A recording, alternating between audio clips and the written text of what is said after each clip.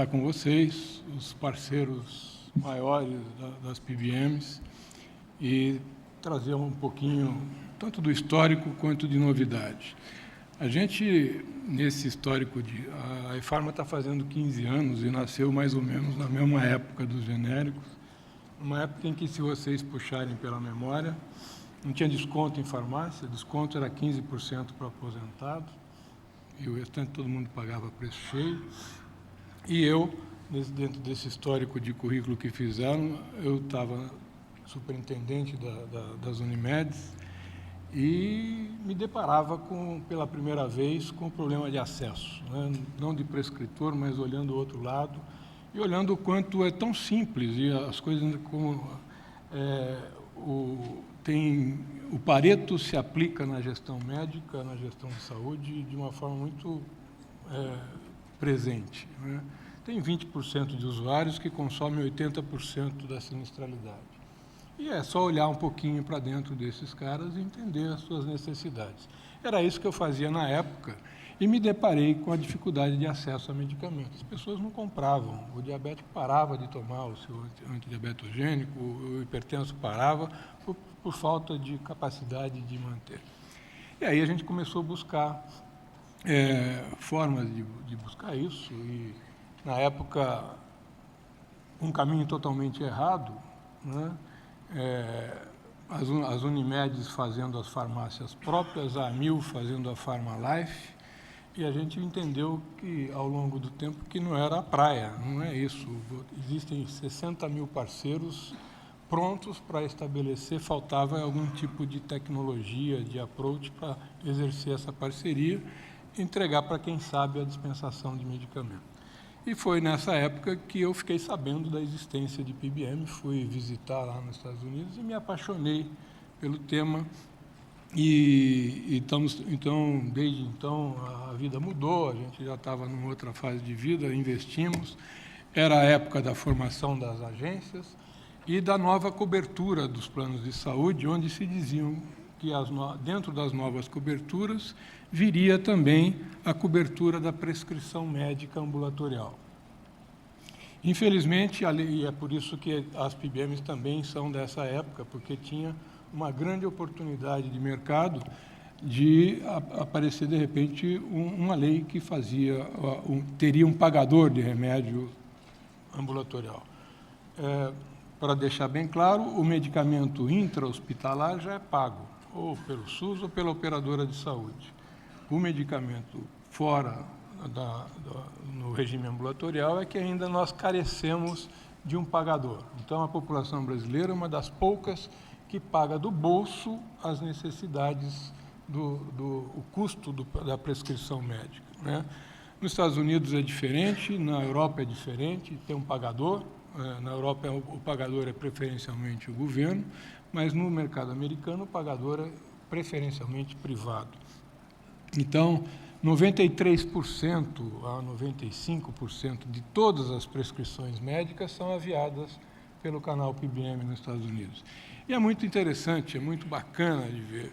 Então, o médico hoje, se há 10 anos o médico ainda não prescrevia, mas a interação com a PBM se dava através dos senhores farmacêuticos, e nessa hora passava por um software onde é feito a interação medicamentosa, checava a interação medicamentosa, checa-se a interação droga-droga, checa-se a interação droga-paciente, e quando tem algum problema, o farmacêutico lá, porque lá também se manipula o número de medicamentos, de pílulas, o farmacêutico tem uma participação muito importante, e quando ele checa no software da PBM que tem algum tipo de interação, ele ligava para o médico.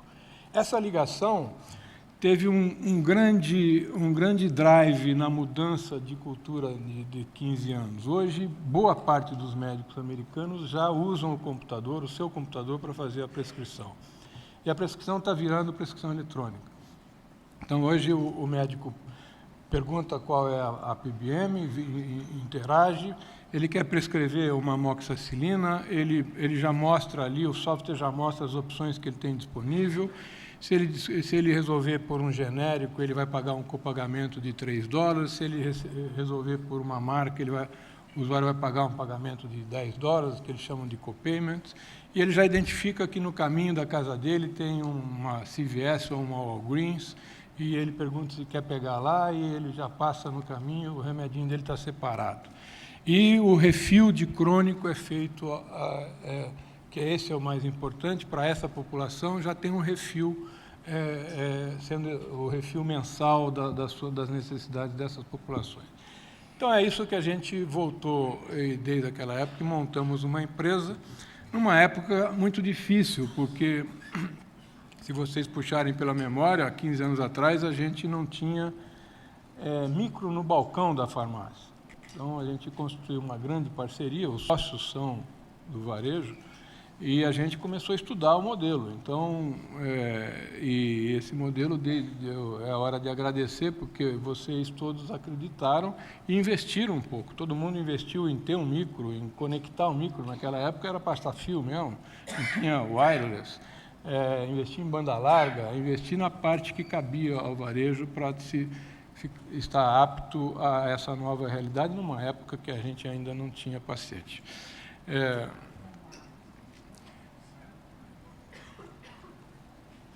Eu não sei onde é que... Acho que eu fiz errado. Qual que é?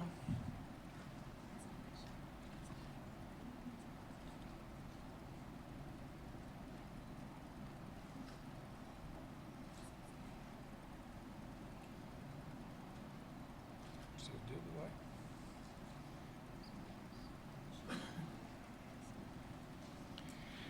Bom, hoje a IFARMA tem 28 milhões de usuários ativos no seu banco de dados. São esses, essa talvez seja a grande devolutiva que a gente dá a esse investimento de todos vocês. São usuários que estão indo no canal Farmácia, usuários de um ticket médio de perto de R$100, de um pagador confirmado, e que trazem movimento, eu aprendi bastante do negócio de vocês, que é o que vocês esperam, é movimento na farmácia, e isso a gente já está proporcionando.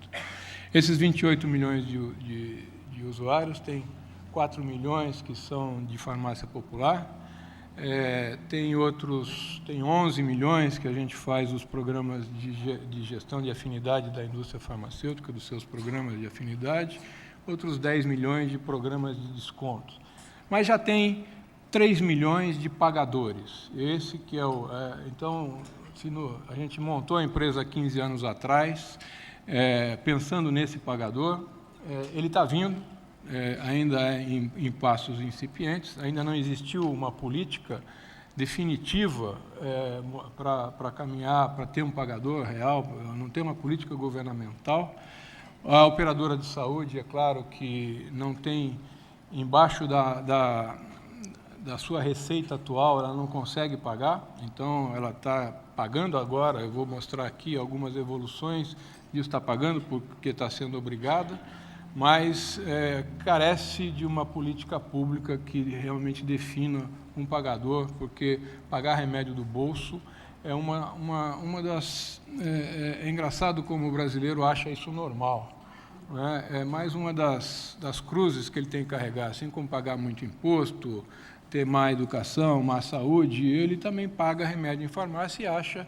E a gente sempre percebe que se houvesse mais clareza e mais percepção, talvez a gente já tivesse essa questão mais definida. Então, parte dessa história eu já falei, a IFARMA nasceu em 9/9/99, no dia 9 de setembro vamos fazer 15 anos, trazendo esse conceito, principalmente um conceito de conexão, de uma autorização prévia e uma interface com o varejo farmacêutico para que os programas de medicamentos e a prescrição fosse aviada pelos parceiros do canal Farmácia. Estamos hoje com volume autorizado de 1.168 milhões, já temos aí perto de 3% do mercado retail medido pelos órgãos que assim o fazem, Estamos vendendo 120 mil caixinhas, unidades de medicamentos por dia. Em 3 segundos é a média de autorização, então é um parque de tecnologia muito parrudo necessário para fazer isso. Às 11 horas da manhã, em torno de 11, meio-dia, ao pico, nós estamos fazendo 7 transações no mesmo segundo e todo um back-office. Talvez valha a pena revisar um pouquinho da tecnologia. Então, basicamente, se vocês olharem tecnologicamente, uma PBM é muito próxima de um cartão de crédito. É quase que uma empresa de cartão de crédito focada para outro segmento. Então, é um acquiring lá, como se fosse uma VisaNet. Então, a gente tem no balcão onde se capta todas as necessidades, que basicamente capta a prescrição do médico. CRM, a data da receita, o código de barra do medicamento, a quantidade. Isso, quando o atendente dá um enter, ele vai para um banco, vai ser contrastado contra um banco de dados de regras que aquele instituidor do benefício colocou, em termos de limites de quantidade, de caixinha, de valor, toda uma série de necessidades, de descontos diferentes. E aí, nesses 3 segundos, devolve uma autorização. Com essa autorização, vai no caixa, e no caixa faz a PBM funciona como um meio de pagamento, como qualquer outro meio de pagamento, e o indivíduo pode, então, efetua o copagamento, se aquele benefício assim fizer, ou então leva o remédio para casa, e, nesse momento, a PBM ficou devendo para o varejista, para a farmácia, o valor daquela compra. Esse é o modelo que está implantado está implantado hoje em 19 mil pontos de venda, em todos os estados da federação, 2.108 municípios e uma cadeia de deliveries especializados para buscar o segmento crescente de produtos de alta complexidade, também integrados nessa grande rede nacional integrada. A distribuição dessa rede está em todo o país. E ainda buscando o pagador. Então, isso talvez a grande mensagem que a gente vai trazer para vocês.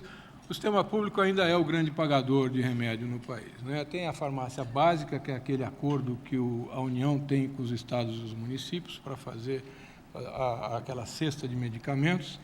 Tem o programa Farmácia Popular, e aqui a gente faz um parênteses, porque a gente teve uma participação expressiva na formação desse programa. No final do segundo mandato do Lula, nós fomos procurados por uma comissão do Ministério, dizendo que eles estavam com muito medo, porque o programa Farmácia Popular, daqueles programas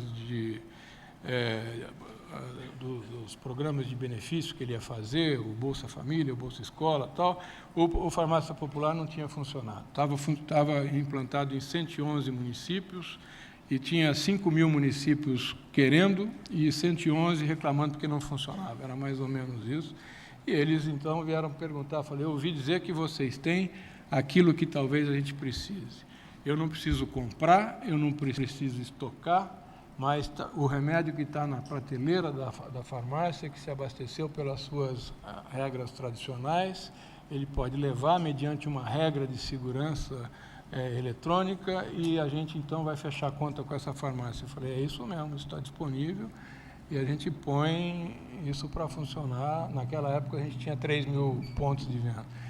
E assim foi feito, e assim nasceu o programa Farmácia Popular. Houve uma participação, então, das entidades que representam o varejo, os distribuidores, e foi dado um aval daquilo que eles iriam pagar, e montamos, e hoje é um programa que eu acho que é uma das grandes parcerias público-privadas eficazes. É a primeira vez que o governo entrega remédio, não nos seus próprios, mas entrega remédio através de parceria com o setor privado, uma parceria eficaz, só aumenta, é um dos programas que deram certo. Os programas de componentes especializados, aquelas drogas de alta complexidade que o governo passou a pagar, e os medicamentos estratégicos, que é principalmente o programa HIV/AIDS, que, sem dúvida, é um programa, talvez um dos mais bem feitos em todo o mundo e mais valorizado. Do lado privado, a gente tem o medicamento intra-hospitalar, que, como eu já falei, sempre já foi pego. Depois veio o rol de procedimentos, que a própria ANS passou a incorporar alguns tipos de medicamentos, principalmente medicamentos de oncologia, obrigando as operadoras a pagar, mesmo em regime ambulatorial. Depois veio a gestão de pacientes crônicos, teve uma resolução normativa que acabou não evoluindo muito, mas a ANVISA não, a ANS, determinou que as operadoras passariam a ter programas de acompanhamento desses usuários de alta sinistralidade e passou, então, a operadora passou a pagar para esses usuários. E, por fim, os programas de medicamentos, esse é o recado que eu tenho que dar, o que tem de grande novidade. Uma grande pressão da sociedade e grande pressão por judicialização, para o juiz manda pagar, o cara não quer pagar, então, aos pouquinhos as coisas vêm acontecendo. Existe ainda uma grande pressão sindical.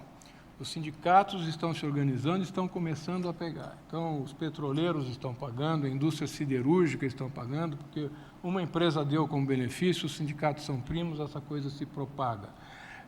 Tivemos ciência nessas semanas, que o Sindicato dos Jornalistas colocou na sua tábua de negociação deste ano a cobertura de medicamentos. Eles já estão pedindo da forma adequada, 50% no mínimo de subsídio da empresa. Temos ciência do Sindicato dos Gráficos e dos professores se manifestando, e dos bancários. Então, a gente acha que está presente, é muito melhor, e essa pressão é que vai fazer acontecer. É claro que isso está jogando a conta para o empresário, mas parece que o meio que tem. O governo devia, talvez, fazer como já fez com o plano de saúde no início, como já fez com o ticket de alimentação, algum tipo de retorno tributário para que o empresário passasse a oferecer mais esse benefício, seria muito mais fácil. Mas retorno tributário, não preciso falar para vocês que na política atual é meio difícil. Tem uma barreira, não chega nem em Brasília, não passa em Anápolis, qualquer coisa desse tipo. Bom, a própria ANS, então, como eu estava dizendo, já vem buscando. Então, em 2012, teve essa primeira incorporação. Teve, em 2013, a RN 310, que tira o bode da sala, porque a operadora de saúde tinha muito medo de passar a pagar o medicamento, obrigada. E, então, essa resolução diz, ok, vocês podem fazer um plano de medicamento paralelo ao plano de saúde, podem cobrar adicionalmente por isso.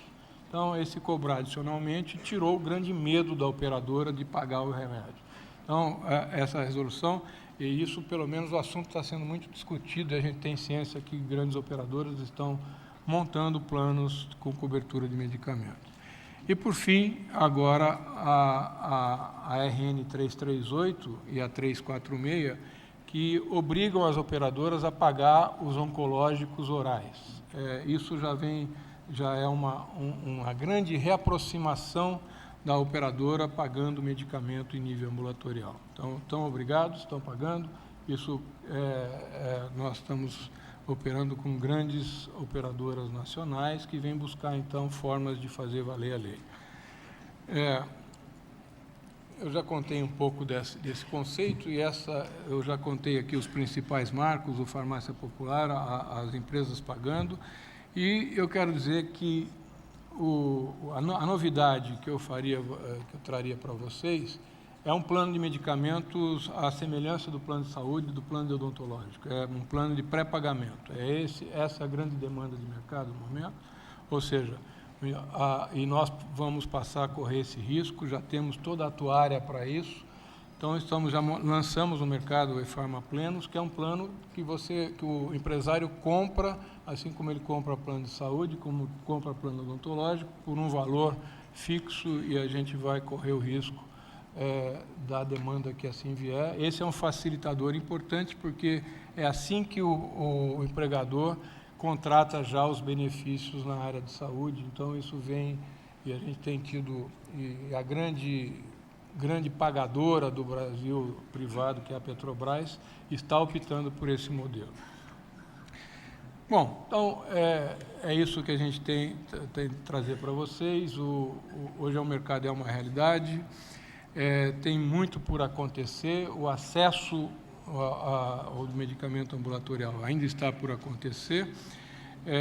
Temos uma esperança de que essas novas novidades, esses anos, que nos próximos 2 anos nós vamos ter muita mudança adicional e, se Deus quiser, aumentar o número de usuários que vão procurar os senhores para contar com essa parceria estabelecida ao longo desses 15 anos. Muito obrigado.